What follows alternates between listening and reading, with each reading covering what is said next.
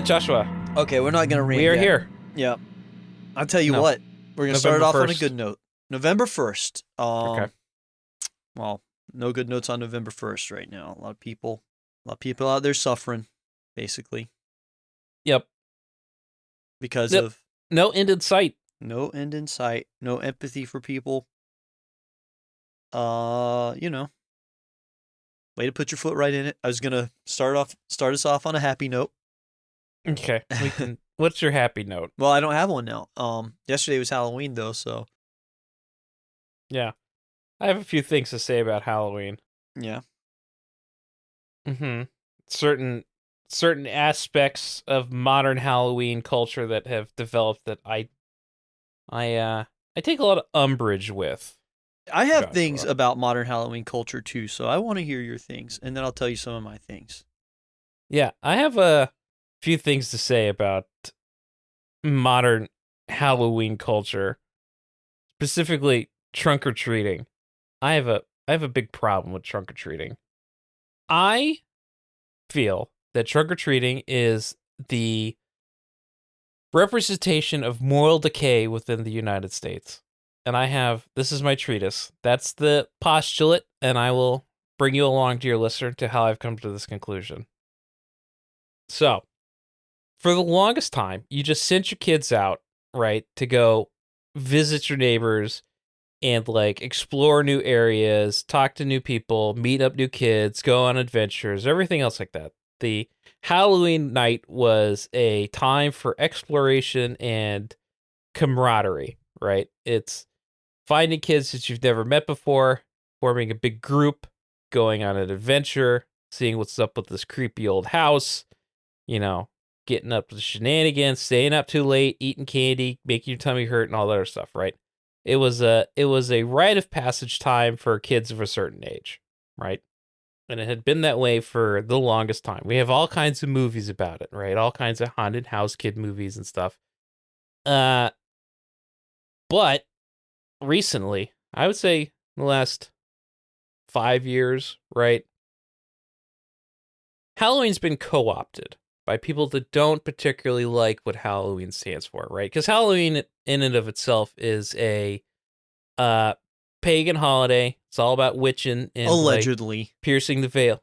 But the trunk or treat thing, and I see it as a subversion of this camaraderie and basically exploring the unknown, right? Because you go to new houses, you talk to new people. If you're a parent, you're taking your kids and you're seeing neighbors you've never talked to before, and then you can strike up a conversation with them, exploring and expanding your personal camaraderie about the people in your neighborhood, right? Or other neighborhoods, because you could go to the good ritzy neighborhood and get all the good candy, get the full size Hershey bar and stuff like that, right?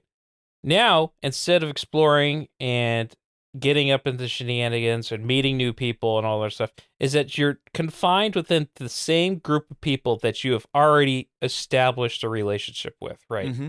Ostensibly your church group, because that's where most of these happen at, right? You're not meeting new people. You're not going out and doing the legwork, literally, of walking the neighborhood.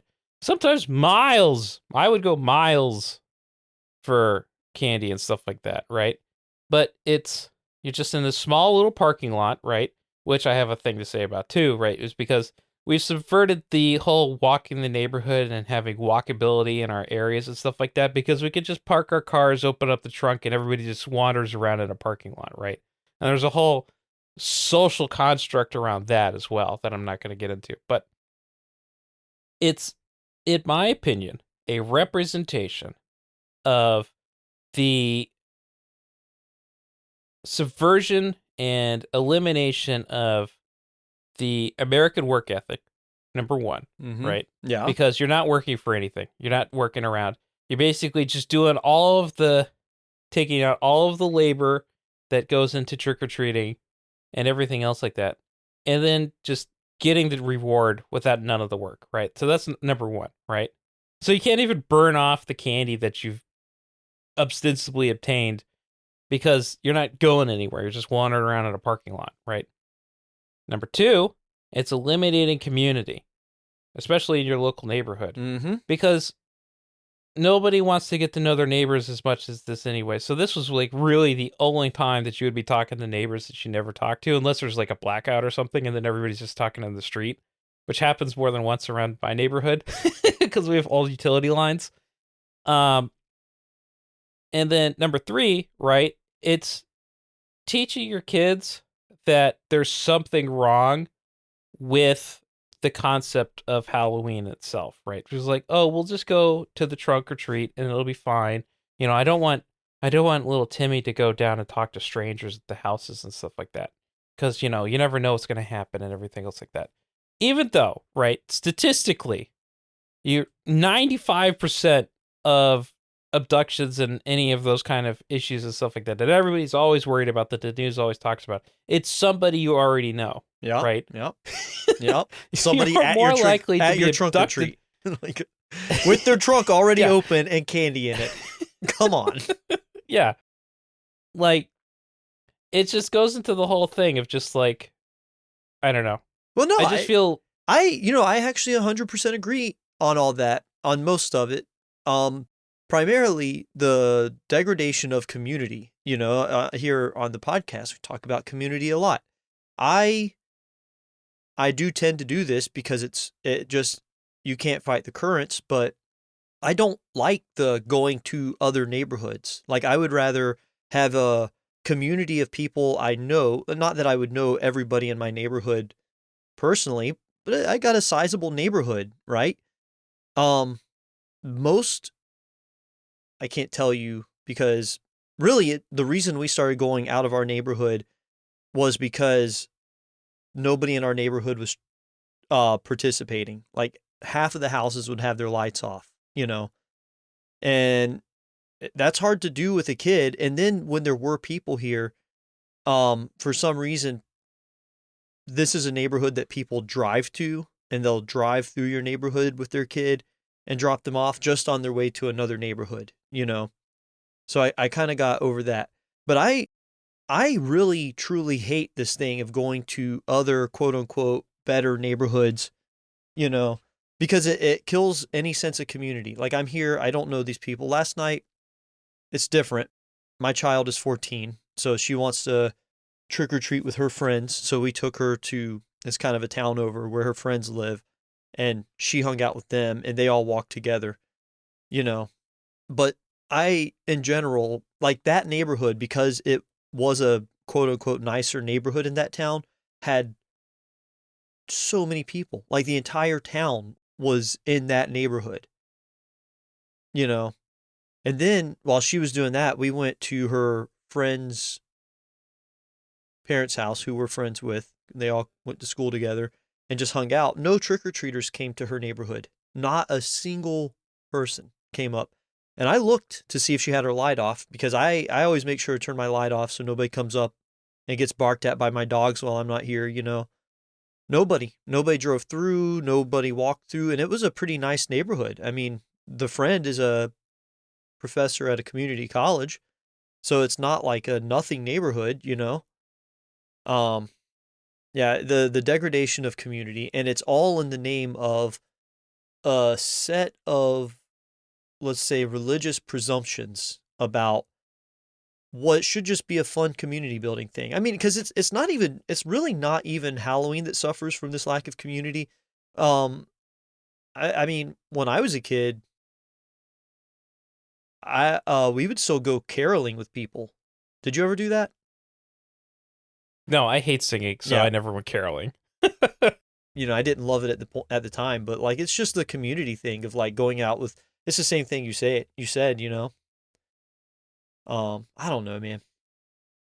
I don't like it. Mm-hmm. I don't like it, and I don't like like I said, the religious presumptions that get put on something that, you know, it's just kind of like, why can't it just be fun? Why can't it just be a fun, like, dress them up day?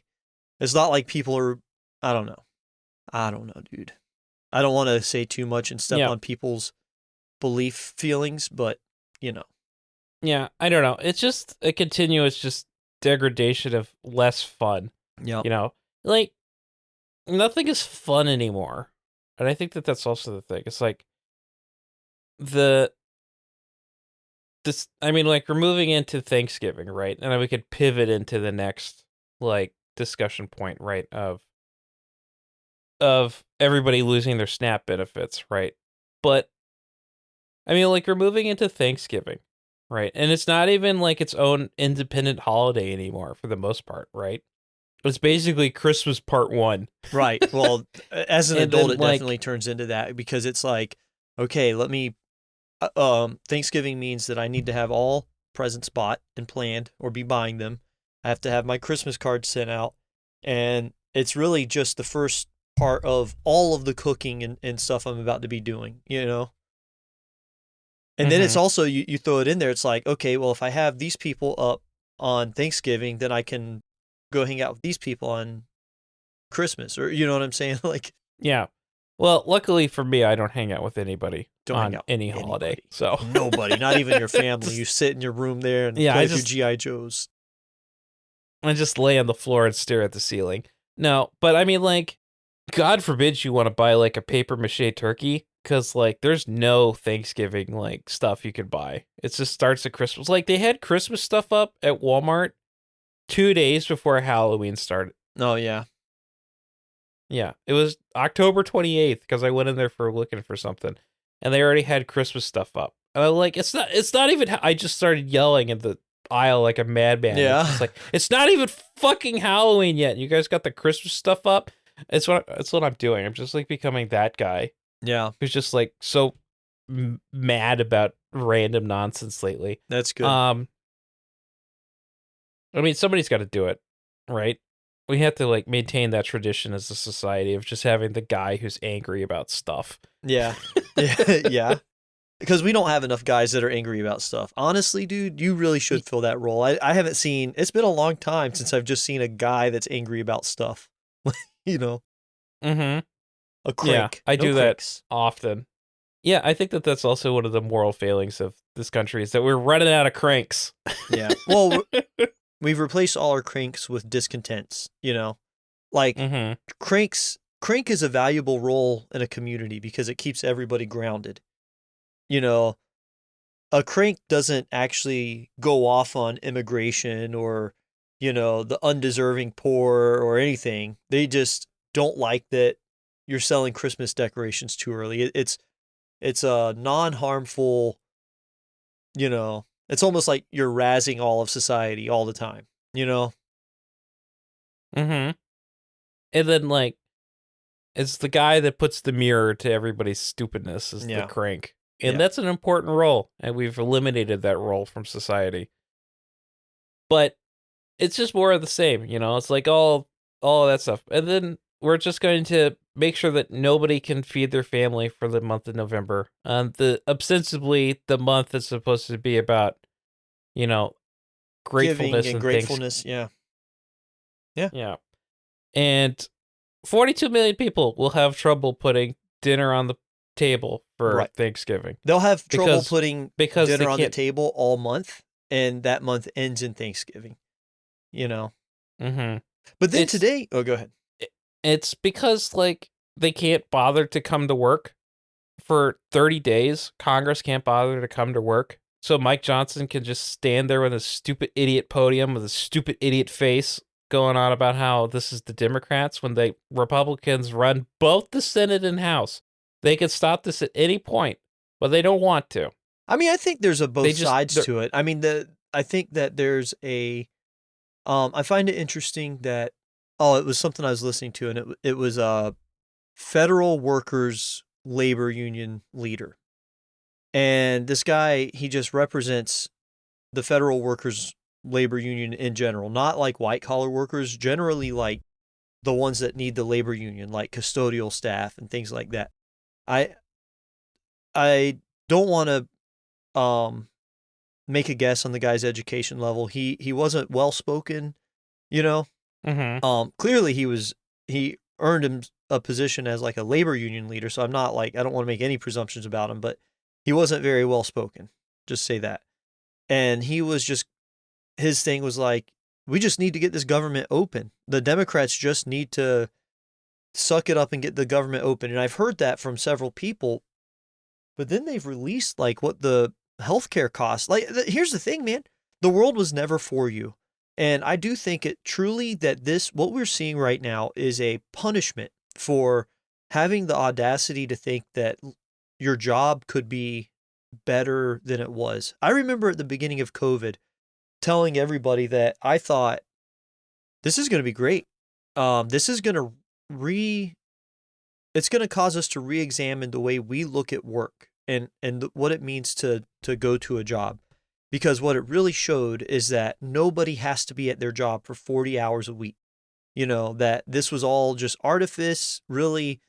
All employment, I mean, I say this all the time, all employment is a form of ownership. And really what your employer wants to see when they walk out in the open floor plan work area is they want to see the people whose time they currently own. And because they own their time, they currently own the person. And it's all about that, you know.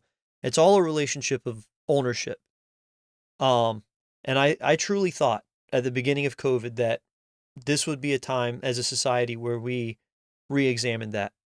But that's not what it is. Actually, because we thought that, because it seemed like that, now it's just punishment. And because the SNAP thing, the government closing down, the great AI rollout, Amazon's big holiday plan replacing. So this is on CNET. First article I found. Okay, it's not that they're laying it off. Amazon plans to avoid hiring up to 6. So it's basically they could have hired another 600,000 people, but they're not going to. So that's misinformation. But this is at a time where like so typically they'd hire 600,000 people and they're not. So they're not laying people off. They are though laying off 30,000 of their off like white collar, corporate staff. Mm-hmm. And instead of hiring 600,000 jobs, this is okay. So this was all reported. Wherever I read this was wrong because this is by 2033. So this is, but it still comes down to a question of the value of human labor and human, like, where do humans fit in this? Like, okay, it's still kind of the point, like everybody's laying off. There's like, I don't know, man. There's no question. These companies don't question the morals and the values of replacing humans with. So when you're not hiring 600,000 people during these holiday surges, where do those 600,000 people go, right? Are they just extra people? It doesn't matter.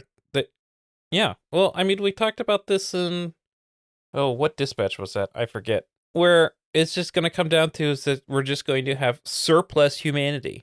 And that's all that they see it as, is they just see it as surplus humanity. That's the reason we keep trying to kickstart off all these fucking wars. Right? I mean, like, not to be conspiratorial about it, but, like, it's good for the economy because, it's a war and nothing makes more money than a fucking war. It kills and people. Then you know what? It gets rid of excess people. Eliminate some of the... Mm-hmm. Yeah.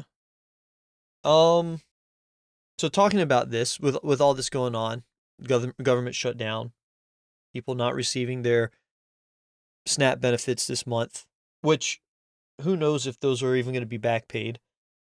Here's an article on The Independent, which I can't open the whole thing because I don't pay for The Independent, but Trump slammed for lavish Gatsby-themed holiday party as vital food funding lapses for millions of Americans. So you kind of have this, you kind of really have this whole let them eat cake situation going on, that while you have 42 million people about to not get the money they need to feed their families, you have the government just throwing lavish Halloween parties. Like, who's paying for that? I mean, maybe another private donor, I guess, because that's who runs our government now. Yeah, like, no, it is private donors, because there is another billionaire, I forget who it was. One of those dark billionaires you never hear in the news and stuff like that. Like, I say like dark money kind of guys, right? Who gave the government $130 million to provide assistance to the military, right? And that's not a donation. That's a check that's buying something. He's buying something with that, Exactly. and like they're all doing it. Like all the people that are, because I mean, like this ballroom is being bought with privately raised money, Right. So who's buying that stuff? Where did Christy Nome get? What was it? The Coast Guard bought the planes. The two Which planes one bought the planes? I believe it was the Coast Guard. They bought 2 planes for $172 million at the beginning of the shutdown. I mean, that was 20 days ago at this point. But around that time, I read an article about how Qatar is we're allowing Qatar to basically put a military base on our soil. We're hosting a Qatari military base. That's who bought it. I mean, our government, I don't know, man. Saudi Arabia sure is buying up a lot of things, aren't they? Yeah. And if you're listening to this right now, in Saudi Arabia, tell the royal prince we're for sale. Yeah, we are for sale. Maybe Because right now it's all about getting that bag, son. I mean, that's the only thing you can do at this point is get yours, and I'm ready to get mine. Exactly. You know what? And we would just sell it. Actually, if Saudi Arabia bought us, I like the name. I came up with it. I like the concept. Saudi Arabia buys us. We take the money, and then they own the podcast. We just quit. We just take our money and go start another podcast. Call it. I had a list of other names. I'll go back to that old notebook and find some of the other names. We'll have to change our names. Dispatches from even poster reality. Yeah. Editorials from an alternate reality. Editorials from neighboring realities. Yeah. Editorials from that hole that CERN made. Yeah, that's it. I don't know. It's just so dour. Everything's so dour. But I have an article that might brighten your spirits, Okay, Joshua. go ahead. And a conversation at work actually reminded me that this event actually happened, and I looked up the original article that I saw it from, and then I wanted to read it to you, Joshua. Okay, read it just so you can experience this for the first time, because I don't think most people know this story because it came out of Europe. All right. So this is on theindependent.co.uk, right? And this is an article from Friday the 16th, April 1999. So this is 26 years ago. Okay. Right? By Gary Finn. Airline kills 440 squirrels in giant shredder. Oh, wow. What? Hand feeding more than 400 live squirrels into a giant shredding machine may sound like a plot from a straight-to-video horror movie, but in the airline KLM Royal Dutch, it was a normal procedure. But yesterday, stung by public outrage and a barrage of criticism from animal rights groups, the airline made a public apology after admitting that on Monday it had used an industrial meat processing machine to slaughter 440 Chinese hamsters imported illegally into Amsterdam's Schipol, Schut, Schipol.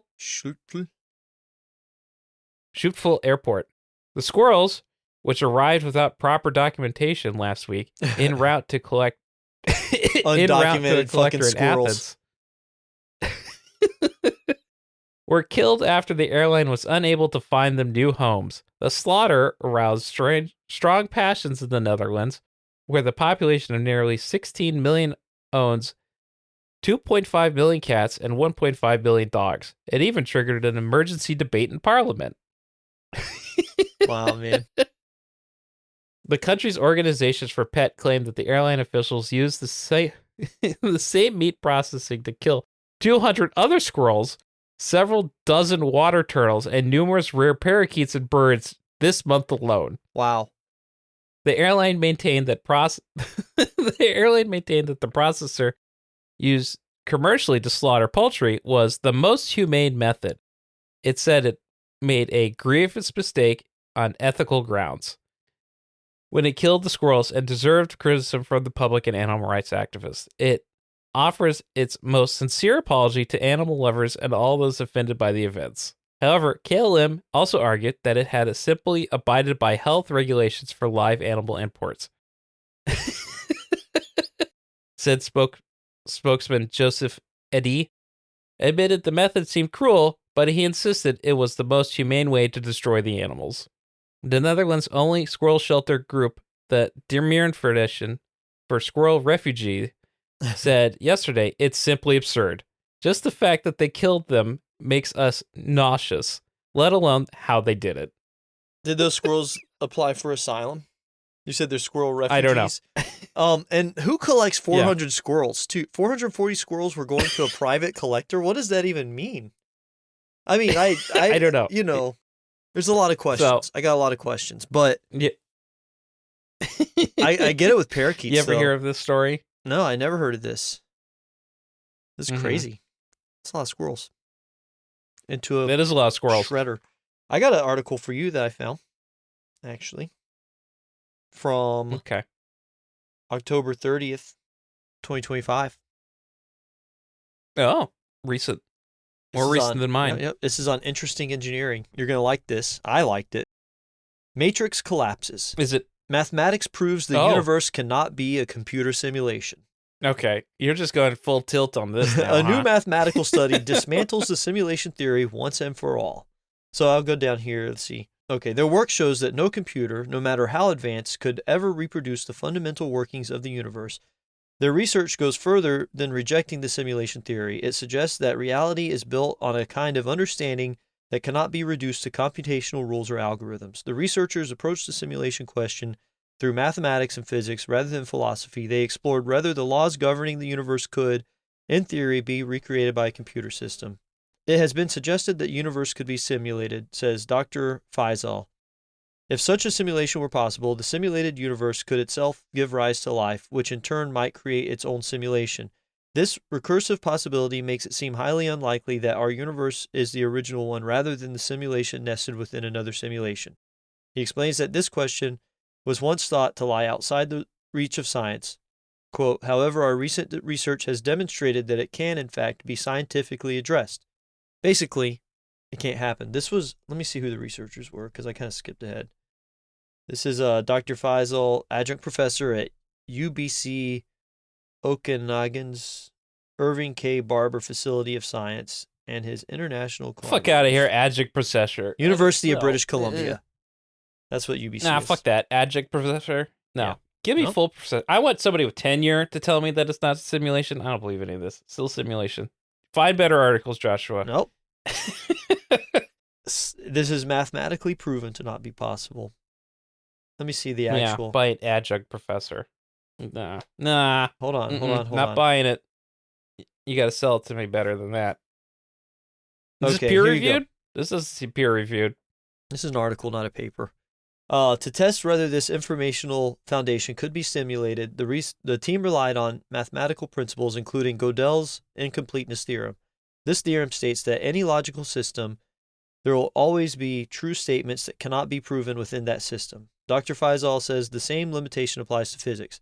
We have demonstrated that it is impossible to describe all aspects of physical reality using a computational theory of quantum gravity, he explains. Therefore, no physically complete and inconsistent theory of everything can be derived from computation alone. So, can't do it. Computer can't do it. I thought the whole point of, like, theoretical and quantum physics was to try and come up with a unifying theory for everything. That goes against what they're trying to do. Yeah, well. Okay, why the universe can't be simulated? Could the deeper, quote, information of the universe itself be simulated? The research say that even this is not possible. Quote, drawing on mathematical theorems related to incompleteness and indefinability, we demonstrate that a fully consistent and complete description of reality cannot be achieved through computational, it just says the same thing over and over. It requires non-algorithmic understanding, which by definition is beyond algorithmic computation, therefore cannot be simulated. It's because It's because you can't break reality down into algorithms. That's essentially what it's saying. Because you can't break every reaction down into an algorithm, so you don't always get the same result. It can't be a computer. It can't be a simulation. I think I'm going to have to walk it back. I think that actually, it limits you to simply one type of computer. It's like saying that, no, you can't simulate it on an IBM. But if you consider a neural computer like your brain, it simulates reality all the time. Really, we went into that holographic theory. Yeah. Never mind. Dr. Faisal. Fuck out of here. Get the fuck out of here. All right. Well, I'll find one that I'll find one that proves the universe is not a simulation eventually. Yeah, well. Yep. I mean, like, I could type into Gemini, like, 2 different phrases that say the same thing, and it'll give 2 different answers. Talk about, like... Yeah? Not reproducibility. Let me ask ChatGPT. Yeah, you ask it. Let's say, short answer only. Is the universe simulated? There you go. Uncertain, but it behaves as if it could be. Holy shit. We solved it. That's right. Simulation. Okay. That's it, right? Zoltar card? Zoltar card. I already got my glasses ready. He's going to put on his little spectacles. Yeah, I've come to terms with the fact I probably have to get progressive lenses. That's probably what this means when I have to do this. All right. Financial freedom awaits you as you take the decisive step to pay off your debt. With each payment, you're one step closer to a brighter, unburdened future. Stay committed and watch your worries transform into possibilities. That one's short. Just make your payments? Hey, yeah. Don't worry, Dale. Just pay off your house. You keep paying things off, and eventually you'll have financial freedom. But do make sure you're still paying things off. It's being responsible. Yeah. We could talk about how that's also part of the moral decay of the country. So everybody is. just walking away from their debts. I know. But you know what? Sometimes you just got to walk away. Sometimes the debt's not worth repaying. And that's okay, dear listener. That's true. Like when they keep moving that goalpost on student loan forgiveness, and now actually just one more thing to go out on, that they're going to sell all that off to a private equity firm. I'm saving that rant for another episode. Yep. It's all oligarchs and corporatists. That's why you need to help us, dear listener, become an oligarch by giving us $5 a month on our Patreon. Exactly. Because we'll be the good kind. We'll be the good kind. We will never sell out to Saudi Arabia unless we do, but then we'll secretly tell you what the new podcast is. Yeah, it'll be a secret podcast. And then the tagline will be, the Saudi Arabian government doesn't want you listening to this. They really won't. In fact, they might not like us. Yeah, they actually don't. Please don't tell them. Yeah. All right. TTYL listener. Good night.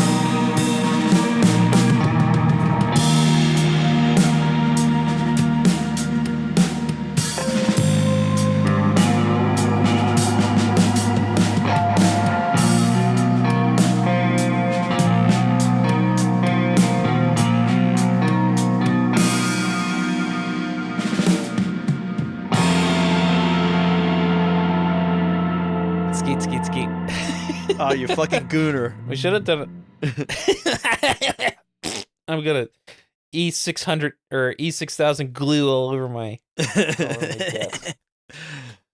that glue all over your hands, Dale? You've been playing with your model kits.